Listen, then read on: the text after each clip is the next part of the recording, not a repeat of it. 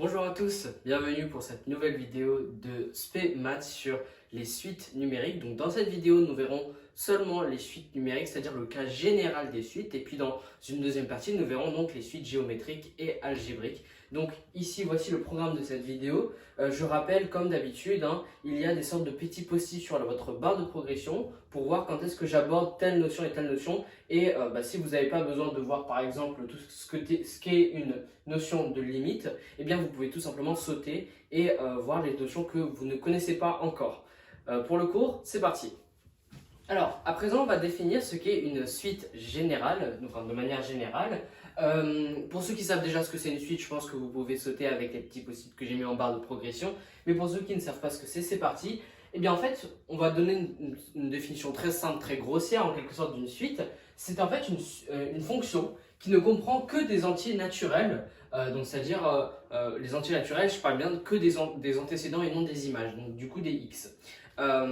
Et donc du coup pour les notations, une suite ça se note toujours de cette manière-là, suite un, donc comme ça. Et on mettrait du coup un entre parenthèses avec pour tout n appartenant à n. Donc le pour tout n c'est comme ça, c'est un petit v avec quelque chose barré au-dessus. Et le n comme ça avec du coup il appartient à l'ensemble grand n. Donc du coup n est appelé le rang ou l'indice de la suite. C'est donc ce qui va donc un peu définir la suite, vous allez voir après. Et un est ce qu'on appelle le terme ou le terme de rang n, de rang ou d'indice n pardon, de la suite. Vous allez voir, en fait, c'est ultra simple. Là, je vous dis juste les nouveaux termes. Donc ici, on appelle ça un terme, pardon. Et ici, on appelle ça un rang ou un indice. Et si vous voulez faire une petite analogie qui est encore une fois assez grossière, c'est un peu, une suite un, c'est un peu comme une fonction f de x, mais que du coup avec des entiers naturels. Et donc par exemple, si je voulais calculer f de 3, eh bien je ferais tout simplement, pour une suite, ça donnerait u de 3, et ça pourrait me donner, je sais pas moi, un nombre, ça pourrait me donner 7, ou alors 7,5. Mais c'est pour vous montrer qu'en fait ici, un entier naturel, c'est que pour les x. Les entiers naturels, ce sont des nombres qui sont positifs et qui sont que des entiers, donc qui n'ont pas de virgule. Et bien là, 7,6, ce n'est pas un entier naturel, mais pourtant, je ne parle pas ici des images, mais bien des antécédents. Et l'antécédent, ici, c'est justement 3, qui est juste là. Donc voilà.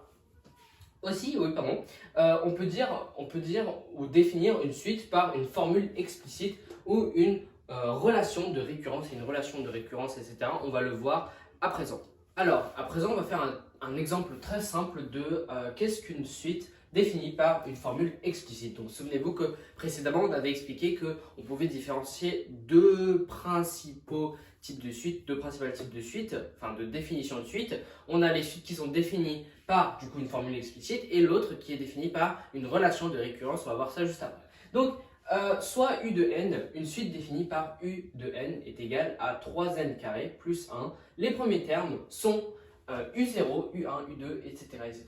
Donc, beaucoup de choses importantes à noter, c'est que premièrement, une suite commence tout le temps par u0 ou n'importe quelle suite. Enfin d'ailleurs, on peut nommer une suite, on n'est pas obligé de la nommer u, on peut très bien la nommer v, g, etc. etc., etc.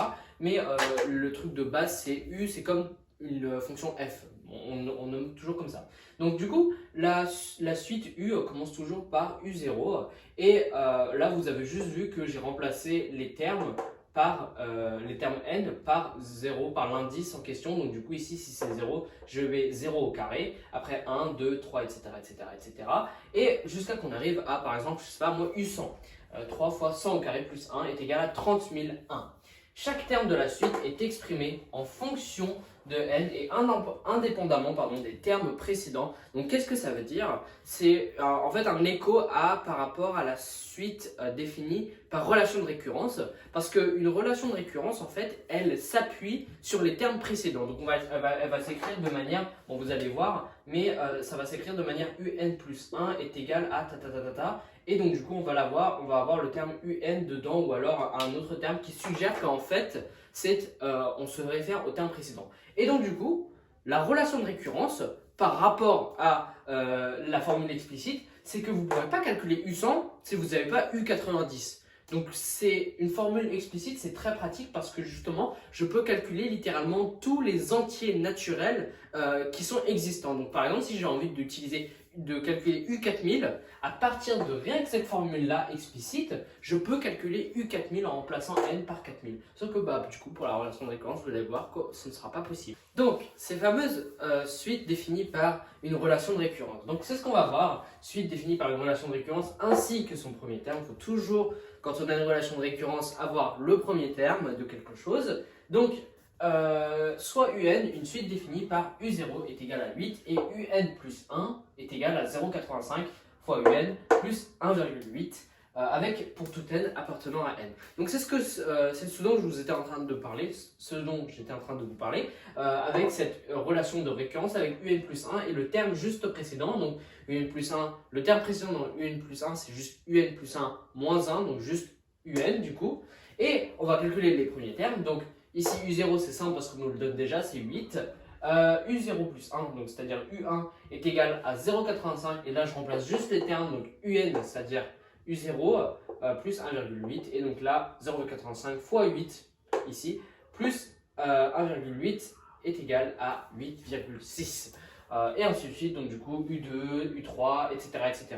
Sauf que, comment est-ce que je fais pour calculer U100 si je n'ai pas U99? Eh bien, je ne peux pas. Il est littéralement impossible dans une suite de récurrence de calculer directement U100 sans qu'on n'ait pas le terme précédent. Et si on n'a pas le terme, si on n'a pas U99, on doit avoir U98, etc. etc. C'est-à-dire qu'on doit calculer tous les termes de la suite pour arriver à U100. Sauf que bien sûr, il existe des calculatrices qui vous permettront, ou des algorithmes qui vous permettront de calculer le tout sans que vous calculiez à la main les calculs, etc. etc.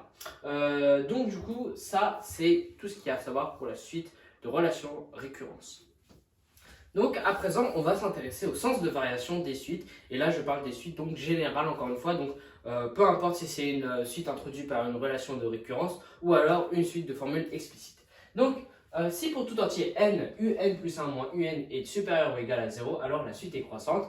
Inversement, si un plus 1 moins un est supérieur à 0 ici, la suite est croissante. Ici, si c'est inférieur, elle est décroissante. Et si elle est égale à 0, et bien ici, la suite est constante ou stationnaire. C'est-à-dire que ça se note de cette manière-là, stationnaire ou constante, ça veut dire qu'elle ne bouge pas. Et donc du coup, un est égal à 0. Ou alors U0, je pourrais dire U4000. Pourquoi? Parce qu'en fait, la suite va toujours garder le même nombre. Et donc, du coup, on met U0 de base, en fait. Donc, du coup, aussi à noter, une suite monotone est une suite croissante ou décroissante. Et cette propriété nous permet de calculer la croissance ou la décroissance sur un intervalle entier. Pourquoi? Parce que justement, elle est très peu susceptible, ou du moins en première, cette propriété nous permet de calculer la croissance sur un intervalle en particulier. Vous allez voir que peut-être que ça va être différent à partir de terminale ou de la prépa. Et donc du coup, on va faire des exercices à partir de cette propriété.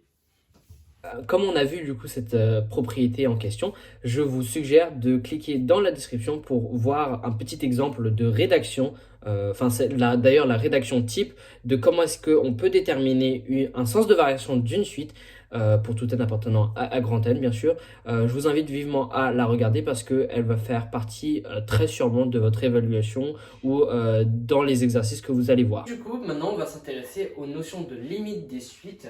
Alors, on peut observer le comportement des termes d'une suite lorsque n devient très grand ou alors lorsque n tend vers plus l'infini. Ça peut vous dire quelque chose pour ceux qui ont déjà vu ce que c'est une suite. Ça vous évoque déjà quelque chose quand n tend vers plus l'infini.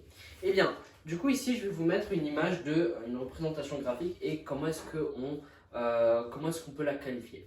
Donc, plus n est grand, plus les termes un semblent se rapprocher de 0. Donc, c'est-à-dire qu'elles semblent on appelle ça converger vers un nombre en particulier. Donc, c'est pour ça qu'on appelle ça des suites convergentes. On dit que la suite un converge vers 0 et on note lim de un est égal à 0 quand n tend vers plus l'infini. N'oubliez jamais de mettre le n tend vers plus l'infini, le n flèche plus l'infini, parce que souvent les élèves oublient ça et en fait les professeurs retirent énormément de points. Et à savoir, toutes les suites qui existent ont toujours une limite. Donc elles sont soit convergentes, soit divergentes. Donc divergentes, c'est-à-dire qu'elles tendent vers plus l'infini ou alors moins l'infini, ça dépend. Mais toutes les suites ont des limites, comme toutes les fonctions ont des limites en fait. Et vous voyez ici graphiquement que pour ma fonction un est égale à 0,75 puissance n, ma suite se rapproche dangereusement de 0, mais ne touchera jamais 0 parce que tout simplement, on ne peut littéralement pas avoir un nombre de puissance n tel que n étant un antinaturel du coup mon nombre puissance n ne pourra jamais être égal à 0 parce que vous pouvez le faire sur la calculatrice. Avec n étant un antinaturel, vous ne pourrez jamais avoir un nombre qui sera qui sera égal à 0. C'est pour ça que du coup les limites convergent vers 0. Un autre exemple du coup de suite convergente, ce sont du coup les suites où on a un nombre en particulier. C'est pour ceux qui se demandent en fait oui, mais en fait, toutes les limites, elles sont soit convergentes vers 0, en fait. Mais en fait, non, les suites convergentes peuvent être très bien convergentes en un seul nombre en particulier, autre que 0. Et c'est le cas ici. La limite ici est égale à 2. Et d'ailleurs, souvenez-vous que en fait, la rédaction ici, c'est la rédaction qu'il faut suivre. Plus n est grand, plus les termes un semblent se rapprocher de x, du coup, le nombre en particulier. On dit que la suite un converge vers x et on note lim de un quand n tend vers plus l'infini est égal à x. Et donc, du coup, ici, vous remarquez que ma suite un est égale à 2n plus 1 divisé par n. Vous voyez que ici, elle ne peut pas converger vers 2. Pourquoi? Parce qu'on ne peut pas avoir un nombre divisé il me semble qu'ici, du coup, si je le fais par 2, j'obtiendrai 4 plus 1, donc ça me fait 5 divisé par 2. Je ne sais pas pourquoi est-ce qu'elle converge vers 2, mais de toute façon, vous pouvez le rentrer sur une calculatrice ou alors sur un tableur, comme on l'a vu ici sur le graphique, et voir quand est-ce que le nombre bloque et quand est-ce qu'on ne peut plus, à partir de quand on ne peut plus calculer en fait ce nombre-là. Et ce nombre en particulier est ce qu'on appelle la limite. Et donc ici, j'ai mis ce qu'on appelle donc les limites de référence. Donc ce sont en quelque sorte des choses pour se référer. Donc les suites convergentes vers 0. On a la limite de 1 sur n est égale à 0, limite de 1 sur n au carré, limite de 1 sur n au cube et limite de 1 sur racine de n convergent toutes vers 0. C'est des propriétés qu'il faut, je ne sais pas s'il faut les apprendre par cœur, mais en tout cas, elles me semblent très logiques. Et si vous avez envie de les tester, de toute façon, vous avez juste à les rentrer sur la calculatrice ou sur le tableur et vous verrez que ça bloquera exactement vers 0. Donc, de manière générale, lim de n puissance a, lim de 1 divisé sur n puissance a, quand n tend vers plus infini, est égal à 0, avec bien sûr a étant positif, strictement positif, et lim de q puissance n, q étant un nombre quelconque, ça pourrait très bien être x, est égal à 0 quand n tend vers plus l'infini, avec moins 1 compris entre q et 1, bien sûr. Alors, à présent, on s'intéresse aux autres types de suites avec des limites. On a ce que je vous avais dit, les suites convergentes, et bien à présent, on a ce qu'on appelle les suites divergentes, comme je vous l'avais dit. La rédaction pour les suites divergentes, c'est plus n est grand, plus les termes un semblent grands. C'est très simple, en fait, c'est assez logique en soi. Je pense pas que vous ayez à apprendre ça par cœur, mais vous devez au moins retenir que, en fait, ce qu'on essaie de faire quand on calcule une limite, c'est de tendre n vers plus l'infini, c'est-à-dire du coup rendre un nombre astronomiquement grand, ce qui fait que du coup, ce nombre en question atteindra au bout d'un moment une limite. Eh bien, on dit que la suite un diverge vers plus l'infini ou alors moins l'infini, ça dépend de ça dépend en fait de la croissance ou de la décroissance de la fonction, de la suite. Et on note lim de un quand n tend vers plus l'infini est égal à plus l'infini ou moins l'infini, bien sûr. Et donc vous voyez sur le graphique ici, par exemple, un est égal à n au carré, et bien vous voyez que ma fonction continue de grandir. Bon là, on n'a pas tout mis, mais c'est pour vous dire à quel point en fait qu'il n'y aura jamais une sorte de nombre plafond dans lequel n va bloquer en quelque sorte, puisqu'elle va continuer vers plus l'infini, et c'est pour ça qu'on dit que la limite c'est plus l'infini quand n tend vers plus l'infini. Et c'est exactement la même chose pour n'importe quel nombre puissance n, 1,75 puissance n, dans ce cas-là en fait, parce que tout simplement mon q, souvenez-vous, le nombre q avant était compris entre moins 1 et 1. Mais s'il n'est pas compris entre moins 1 et 1, c'est-à-dire comme 1,75 par exemple, il continue de diverger. Mais par contre, si Q est compris entre moins 1 et 1, eh bien, il va converger vers 0. Sauf que là, du coup, ce n'est pas le cas. Donc maintenant, on a aussi les limites de référence. Tout comme pour les suites convergentes, on a aussi les limites de référence de suites divergentes vers plus l'infini. On a lim de n au carré, lim de n puissance 3 et lim de racine de n qui divergent tous vers plus l'infini quand n tend vers plus l'infini. Et c'est assez logique en soi, encore une fois, mettez-le sur la calculatrice et si en fait vous prenez juste n c'est tout simplement comme sur une fonction f de x est égal à x. Si moi je vais m'amuser à rendre x très très grand, eh bien elle va diverger vers plus l'infini. C'est très logique en soi.